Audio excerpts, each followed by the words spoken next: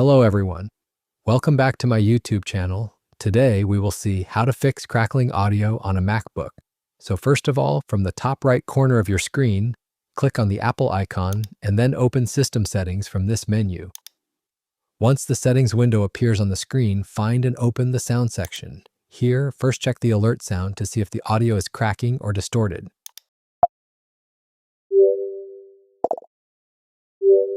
Also, lower the alert volume a little by moving the slider. Sometimes, very high alert sound volume can also cause crackling audio issues. Next, in the output section, adjust your MacBook volume to a medium level because too much volume can sometimes cause a crackling sound from the speakers. Also, make sure the balance slider is set in the middle so both speakers have equal sound output. After that, go to the Input tab.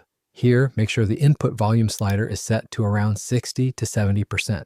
If the input volume is too high, it can sometimes create audio distortion during calls or recordings. After making all these adjustments, play any audio again and check if the crackling audio issue is fixed. And that's it. This is how you can fix crackling audio on a MacBook. I hope this video is helpful for you. For more such videos, subscribe to my channel and thank you for watching.